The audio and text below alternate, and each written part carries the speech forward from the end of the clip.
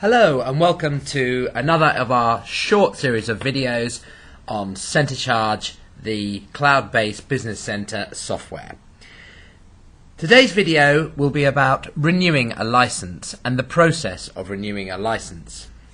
The first thing that you'll notice on my screen is that we have a red bar informing me that I have one license that requires renewal in the next 60 days, or it has expired and gone past its renewal date. So, if I want to see what license that is, I simply click on that bar, and that will list me all the licenses that are in need of renewal or have expired or are expiring. And we can see here we have one license, which is Arsenal Football Club. The status is activated, but it is expiring, and if we look at the end next review date, it's the 30th of April. Today's date is the 25th of March, so we can see that is coming up for renewal at any time. Now, if we go and look at that license, simply double click into it by doing that, and we look at the rent tab, what we'll notice, they pay £1,500 a month, is that all their rent has been invoiced. So we have invoiced them up to the end of April. So, to renew the license, simply click on the Renew button. A pop-up box will ask me whether you're sure. If you're not, click No. In most of the circumstances, click Yes. Now, it is warning me that this is an expiring license, so any manual invoices created since the expiry of this license will need to be credited. So if I had created any manual invoices, then I would need to credit those.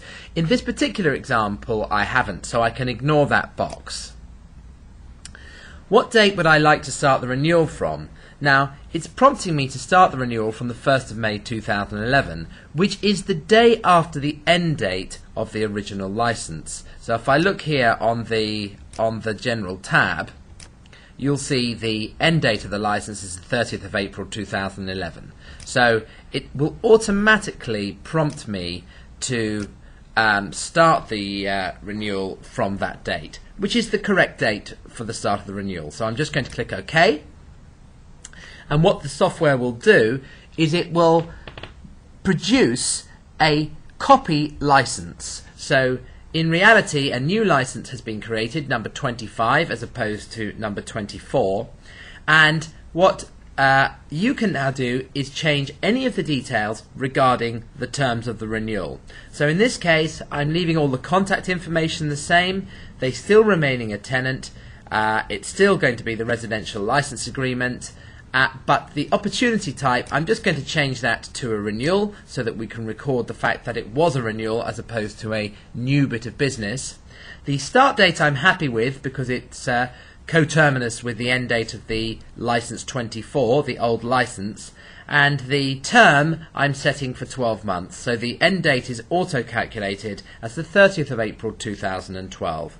The notice period is going to remain exactly the same, as is the billing address and the registered address. They're remaining in Suite 11, and currently their rent is £1,500 a month, so that remains identical. If you were to increase the pricing on renewal, you can use the uplift button, so you could click on the uplift button, and if you wanted to increase the rent, say for 10%, you just basically put in here 10% and click OK, and that will be automatically applied to the rent in the uplift. You can see here the contract services have also come through on the renewal. They have 4 IT packages per person at £50, and again, if I was to uplift or reduce the pricing, I could click on that and do exactly the same.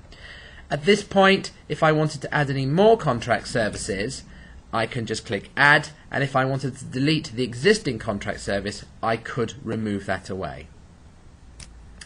Okay, now I'm not going to bill anything at this point, so I don't need to go in and tick any billing, because what will happen is the rent and the contract services will be picked up automatically on the billing schedule when we choose to bill the next period, which will be May. So just to go and have a look, you'll see here, once I click into the rent, you'll see this is the schedule of rent, $16.50, and I'm not ticking invoice now at all. Okay, once you have created that license, you can store any comments about the renewal. So you can say here that Justin Harley agreed the renewal price. So that's an internal comment that the customer will never see. And you can also then put any non-standard terms. So if the customer had negotiated with you some specific terms that were non-standard at the point of renewal, you can record them in here. So for example, if they had negotiated 5 hours free meeting rooms for 3 months from the 1st of May from the renewal, you can record that directly on the license agreement. Once you're happy that everything is in your license agreement at the point of renewal, you simply preview the license. So in preview the license, it will basically pull up the new license agreement with the new renewal details on, and what's quite nice in this particular example is it will map out the rent here on the license term and basically stipulate the IT package. If you're happy with the license agreement, at this point you can reproduce a direct debit form or a standing order or a payment form if you want. But in this case, you're in a position to issue the license to the customer, which you can do by obviously printing it out and giving it to them, or you can just simply click email and it will attach all the documents selected to an email. Now, if you do have a template that you want to produce at this point, which does a template email, you can select template. In this example, I'm not going to select a template. I'm just going to email to my customer, who's called Justin at rjmetis.com, and I'm going to say in the email, "Dear Justin, please find your renewal license for 2011. Okay, so at this point I'm happy to send that out, and what will happen is if we go and look at Arsenal Football Club and we look at the licenses that we hold for them, we'll just go here and look at their license agreements. You can see that we have the original license, which is it still knows it's expiring, but it is in the process of renewing. So you have 2 stages there, which is telling you that it is expiring, but you're also renewing. So for a manager, you know that you're in the process of renewing.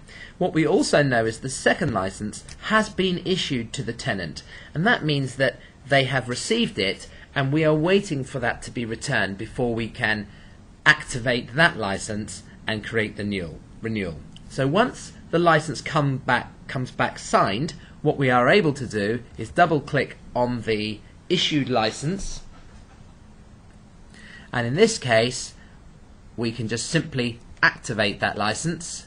The accounts ID and the payment methods you can change. The payment methods, the accounts ID must remain the same with a renewal. You do not want to set up a new account, and if the invoice options are changing, you can change those as well. In this case, nothing's changing, which is probably the main part of renewal, and you just click Activate Now. And I have a little message here saying my license has been activated and it's now license 25. If I click OK,